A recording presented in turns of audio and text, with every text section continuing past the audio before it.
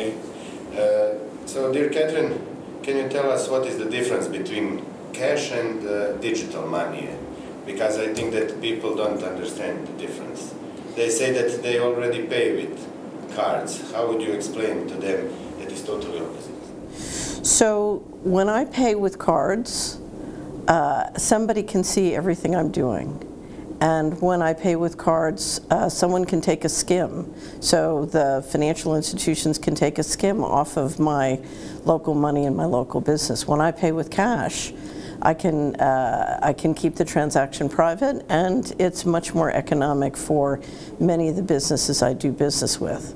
Now, it's true that you can do these things with digital money through credit cards, but when you introduce CBDC, you just end up with much tighter control. So we all saw the truckers shut down in Canada by the central banks, by the central banking system.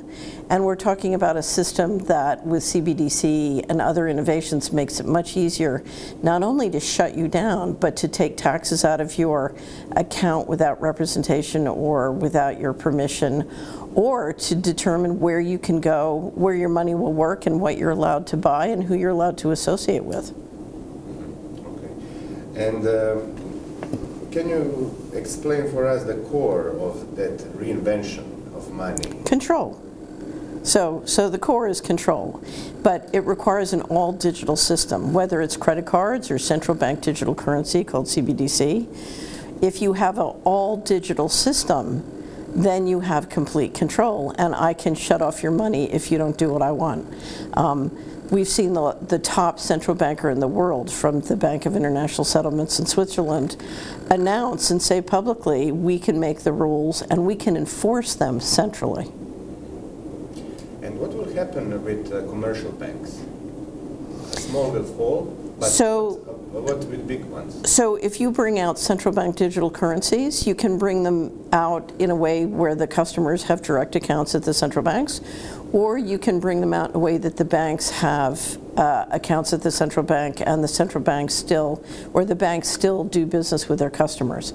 The reality is, over time, you can squeeze out the banks, and the question is, how fast will the central banks do it? So my expectation is, over time, essentially most banks will be put out of business if we allow this to happen. How is it all connected? WHO, digital money, pandemics? ESG, maybe also, BlackRock. You can speak as every right. So what we've been watching, as I said, is the centralization of the financial system. And that's currency, but it's also investments, it's also banking, it's all aspects of the financial system. And so what we've seen is the increasing control of currency leading to a CBDC. Many of the cryptocurrencies are simply prototypes to help get us there. But we're also seeing that in the investment business, where the big investment managers like BlackRock and Vanguard try and dictate terms and conditions. So we're seeing the terms and conditions of what you can do and where you can go and how you can use your money impacted. And the way that everyone feels this is with inflation. Have you noticed prices going up? And that's because the central bankers inject money and give it to their friends, and so they are protected as the prices go up because more money is in circulation. So the way that every person feels this is more rules and regulations, but enormous inflation infecting not just your prices, but the time. You know, it's we feel like we're in a treadmill, and the inflation takes more and more and more of our time. It's a very extractive system. And we all seen a viral video of Agustin Carstens, but can you tell us a little bit more about Bank of International Settlements? So the Bank of International Settlements was created initially to process the reparations from Germany after World War I, but over time it was given sovereign immunity. And so you have a bank that can operate behind secrecy globally anywhere in the world. It's quite extraordinary. And they explain it all on their website. They are running what's called the innovation hubs to coordinate a system worldwide of bringing in CBDCs, central bank digital currencies, and they call them innovation hubs. And many of their hubs in the other countries operate behind sovereign immunity. They have the power to manage money and move it around the world behind complete secrecy. And when you coordinate with the other central banks who can print money out of thin air, it's a quite powerful infrastructure. And then you combine that infrastructure with the UN, the WHO, the World Bank, and the IMF also operating behind very sovereign immunities. And what we see is a machinery that is trying to build a system to essentially create digital concentration camps that strip our countries of their sovereign powers and individuals of their sovereign powers. Okay, and one more specific question. Agustin Carstens was very enthusiastic about control, but Powell, I'm not sure, but Powell is a chairman of New York Fed.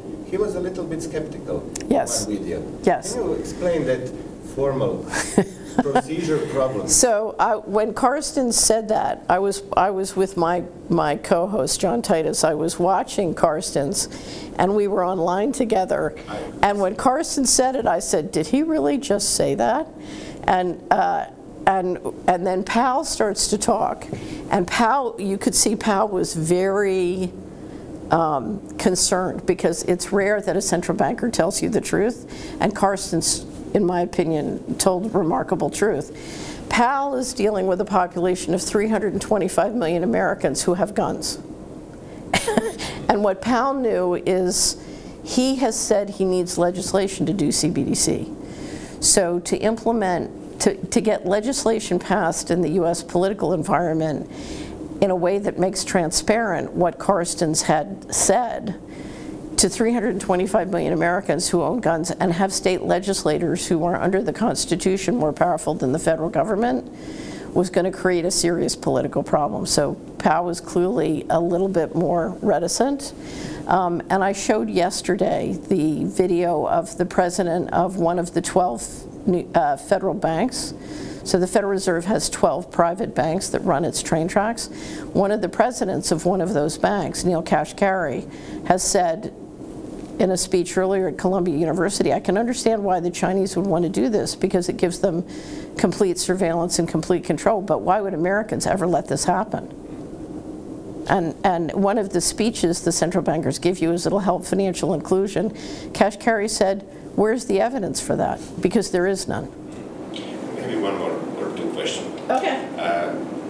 NI from Nigeria, it collapsed. Is it any hope that CBDC will collapse and they will not be able to implement it in real life? So what they want is they want digital control of all financial transactions. They don't need CBDC to do that. They can do that with credit cards. They can do that with fast payment systems. They can do it by coordination, and they do this through the World Bank, coordinating the development of digital systems and fast payment systems globally. That's what they want. They want complete digital control. And I think that what they want is so antithetical to life and so destructive of both the environment and personal wealth that ultimately, as people understand how destructive this is for the land, how destructive this is for children, how destructive this is for families and personal health, they will push back. And my concern is the faster we push back, the less damage they can do. So ultimately, I think it can fail, but I think it can cause enormous destruction and death in the meantime. So the faster we push back, you know, one of my favorite performance artists is Tina Turner, and she says, we can do this nice or rough. The slower we push back, the rougher it's going to get.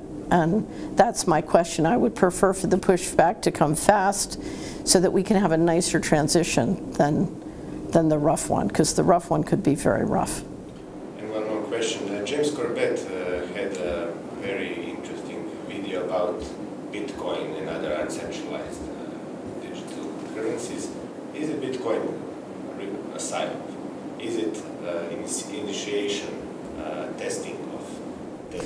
So I believe Bitcoin was a prototype to bring in CBDC, and I think many people, in a healthy, if we had a healthy governance system, private currencies, both local currencies or currencies like Bitcoin, would be wonderful if we could trust the digital system.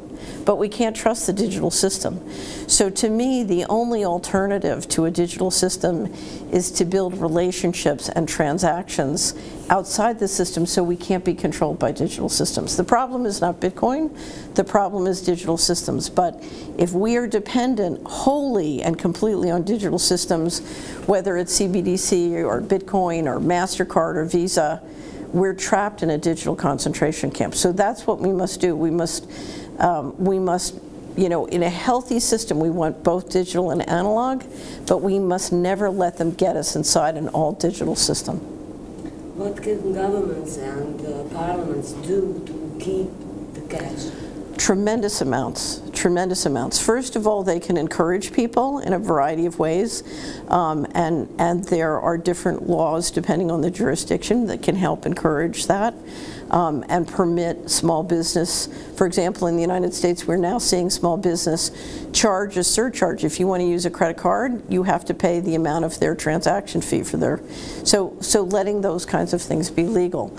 But the other thing they can do, which is so very important, and this is what some of the states in the United States are doing, they are working on making sure that the local citizens and the local banks and the government have independent payment systems. So a central bank or anyone outside the jurisdiction cannot control your ability to transact with each other. So when the new populist government during the financial crisis came into Greece, they discovered that their taxes were collected on payment systems that were controlled by corporate contractors that were loyal to the central bank. And so they couldn't get control of their own tax money. If you're going to have sovereignty, you have to have sovereignty control over your taxes and the information and telecommunication systems they operate on. So Parliament can ensure the creation and management and maintenance of independent payment systems, and that's very, very important. If you go to Solari, there's a panel on our website at solari.com, S-O-L-A-R.com. It says Financial Transaction Freedom Memo. And if you click on that, this is a memo I wrote to state legislators in one of the states in the United States. It was both the government officials and the legislatures said to me, what is financial transaction freedom? What threatens it, and how do we secure it? And so I wrote that with many, many links and lots of information. But if you are in any jurisdiction around the world, you should be able to convert that to what will work in your jurisdiction.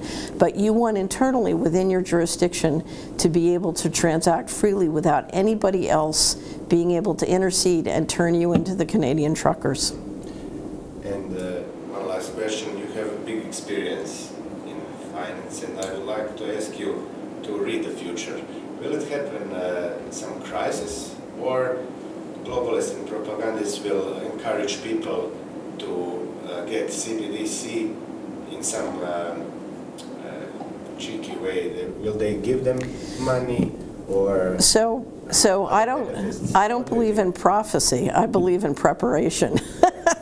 So there are many different scenarios, and one of the things, you know, I can say about my former colleagues, because many of these people were my former colleagues, you know, they kind of innovate as they go along, they make it up as they go. So we need to be prepared for real crises and manufactured crises. You know, both can happen. And that's why anything we can do to build local economic resilience and make sure, whether real or manufactured, we're protected. And because we need to create independent economic income and ability to transact without the big central systems being able to put us in the trick box. They want to make us dependent so they can force us on these digital systems. We want to walk away. So act globally, think globally. Yes, but act globally in a way that is profitable. We want to build the biggest, the most critical ingredient to democratic process and freedom is family health and family wealth. We want to build a productive economy that supports our families being healthy and wealthy together. And so there are many ways of doing lots of businesses locally that just are unproductive and waste a huge amount of money. We want to be very, very productive in a way that builds our health and our wealth and builds strong families and strong children.